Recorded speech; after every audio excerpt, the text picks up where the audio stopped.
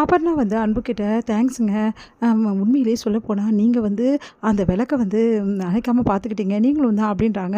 நம்ம 2 பேரும் made for each மாதிரி இருக்குல்லங்க அப்படி சொன்னோன்னே, என்னங்க சொல்கிறீங்க? இல்லைங்க, இந்த மாதிரி விளக்கு வந்து நம்ம அணையாமல் பார்த்துக்கிட்டோம்ல அந்த விஷயத்தில் நான் சொன்னேன் அப்படின்னோடனே, அப்படியே அன்பு முறைச்சிட்டு போகிறாரு.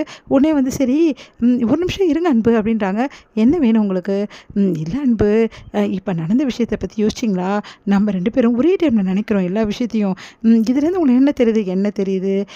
வேறு ஒன்றும் இல்லை, நம்ம 2 பேருக்கும் எல்லாமே ஒரே மாதிரி தான் இருக்க மாதிரி தோணுது இல்லை அப்படின்னோடனே, இங்கே பாருங்கள் எனக்கு வேலை இருக்குது, டைம் வேஸ்ட் பண்ணாதீங்க அப்படி சொல்லிட்டு அன்பு வந்து போகிறாரு. அப்போ நான் வந்து இவருக்கு எப்படி புரிய வைக்கிறது அப்படின்னு சொல்லிட்டு யோசிக்கிறாங்க. இது எல்லாத்தையுமே வந்து வாட்ச் பண்ணிடுறாங்க நம்ம தேன்மொழி போயிட்டு அபர்ணா கேட்டு, என்ன நினச்சிட்டு இருக்கீங்க நீங்கள்? ஏன் இப்படிலாம் பண்ணிகிட்ருக்கீங்க அப்படின்னு சொல்லிட்டு கேட்குறாங்க. ஏமா உனக்கு இந்த வேலை அப்படின்னோடனே, நான் என்ன பண்ணேன்? கண்மணி தானே அந்த விளக்கை வந்து பிடிக்கிறதுக்காக வந்தா, நீ ஏன் இந்த கண்மணி தள்ளி விட்டுட்டு வந்த? என்னங்க இது நல்லா இருக்கே, விளக்கு அணையக்கூடாது, யார் பிடிச்சா என்ன தப்பு இருக்குது? அவங்கக்கிட்ட மட்டும் ஒரு சீக்கிரம் சொல்லட்டுமா? வேணும் தான் கண்மணி தள்ளி விட்டுட்டு வந்தேன். ஏன்னா அன்பும் நானும் ஒன்றா விளக்க அப்படியே அணையாமல் பார்த்துக்கிறேன், எவ்வளோ நல்லாயிருக்கும். அதனால தாங்க இந்த சீனு முன்னாடி ஒரு படத்தில் வந்திருக்கு, உங்களுக்கு தெரியுமா? தெரியும், நானும் பார்த்துருக்கேன் அப்படின்றாங்க. சரி, இப்போல்லாம் பண்ணுறது தப்புன்னு தெரியலையா? இதில் தப்பு இருக்குது?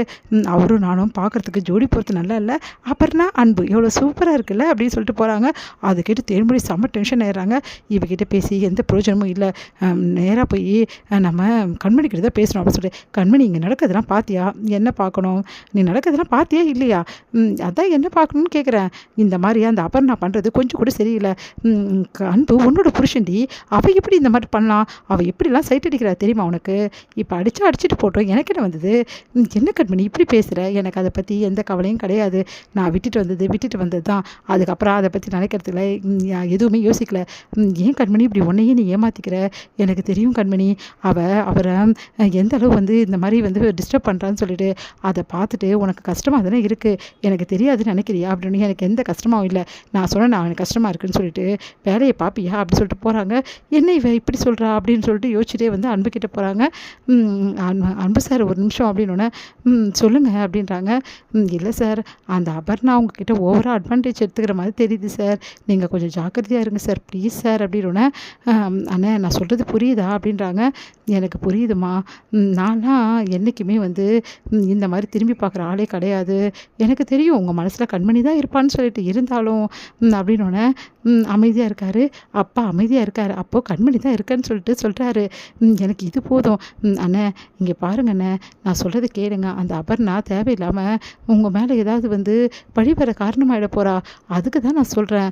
இப்போ கண்மணி வேலை உங்கள் மேலே கோவமாக இருக்கா அப்படின்னு, நான் பார்த்துக்கிறேம்மா அப்படி சொல்லிட்டு போகிறாரு. ஒரு தேன்மொழி வந்து கண்மணிக்கிட்ட வந்து பேசுகிறாங்க. அந்த அபர்ணா விஷயத்தில் நீ கவலைப்பட வேண்டியதே இல்லை கண்மணி அப்படின்னோடனே, என்ன ஆச்சு அப்படின்னு கேட்குறாங்க. நான் அன்பண்ணங்கிட்ட பேசினேன், அவர் என்ன சொன்னார் தெரியுமா? உன்னை எந்த அளவு வந்து விரும்பியிருந்தா அது அபர்ணாவை திரும்பி கூட பார்க்க மாட்டேன், அவள் எனக்கு தேவையே இல்லை, அவெல்லாம் ஒரு ஆள் அப்படின்னு நம்ம அப்படிலாம் சொல்லியிருக்க மாட்டார். சரி அப்படி சொன்ன மாதிரி அவர் வந்து நடந்துக்கிட்டாரு. இங்கே பாரு கண்மணி, உன் வாழ்க்கை நீயே கெடுத்துக்காதடி, பார்த்தல எல்லா பொண்ணுங்களும் அண்ணனை கொத்திட்டு போகிறதுக்கு ரெடியாக இருக்காங்க. கொத்திட்டு போனால் போட்டோம், எனக்கு பற்றி கவலை இல்லை, எனக்கு வேலை இருக்குது, நான் போய் ஸ்டாக் வந்து எடுக்கணும், நான் போகிறேன் அப்படி சொல்லிட்டு. எங்கடி போகிற? வேற எங்கே? நான் ஸ்டோர் ரூமுக்கு போகிறேன், நீ தேவையில்லாமல் பேசிகிட்டு இருப்ப அப்படி சொல்லிட்டு போகிறாங்க. இவ எப்போ தான் மனசு மாறுவாளோ அப்படின்னு சொல்லிட்டு யோசிச்சுட்டே இருக்காங்க நம்ம தேன்மொழி. அடுத்து வந்து இங்கே ஸ்டோர் ரூமில் வந்து அன்பு இருக்கிறத பார்த்துட்டு டென்ஷன் அவர். நீங்கள் இங்கே நான் ஸ்டோர் ரூமில் இந்த சாமான்லாம் வந்து எனக்கு தேவையானதெல்லாம் இருக்கான்னு பார்க்க வந்தேன் அப்படின்னோடனே அப்படியே பார்த்துட்டு இருக்காங்க. பார்த்தா ஸ்டோர் ரூம் வந்து பட்டுன்னு லாக் ஆகிடுது. போய்ட்டு தட்டி பார்க்குறாங்க, திறக்கல. ஐயோ லாக் ஆகிடுச்சு, இப்போ என்ன பண்ணுறது அப்படின்னும் போது இங்கே வந்து என்ன பண்ணாங்க, தேன்மொழி வந்து இவங்க 2 பேரும் ஒன்றா இருக்காங்க, இப்படியே இருக்கட்டுமா வேணாமா, எதுக்கும் அம்மா கிட்ட கேட்டு பார்ப்போம் அப்படின்னு சொல்லிட்டு காவேரி அம்மா கிட்ட கேட்குறாங்க. அவங்க 2 பேரும் அங்கேயே இருக்கட்டும், நீ கதவே திறக்காத, ஒரு பேசி ஒரு முடிவுக்கு வரட்டும் அப்படின்னோடனே, சரிங்கம்மா நீங்கள் சொல்லிட்டீங்கல்ல, அவங்க 2 பேரும் உள்ளவே எடுத்து பேசிட்டு வரட்டும், என் ஃப்ரெண்டோட வாழ்க்கையில் நல்லா நடந்தால் எனக்கு அது போதும் அப்படின்றாங்க. இங்கே கண்மணி தட்டி பார்த்துட்டு, என்னடா இது, இப்போ யார் தான் வந்து திறக்க போகிறாங்களோ அப்படின்னு டென்ஷன் ஆகுறாங்க. உடனே அன்பு வந்து ஸ்டாக் எடுத்துகிட்டு இருக்காரு. பார்த்து முறைக்கிறாங்க கண்மணி அன்புவை பார்த்து.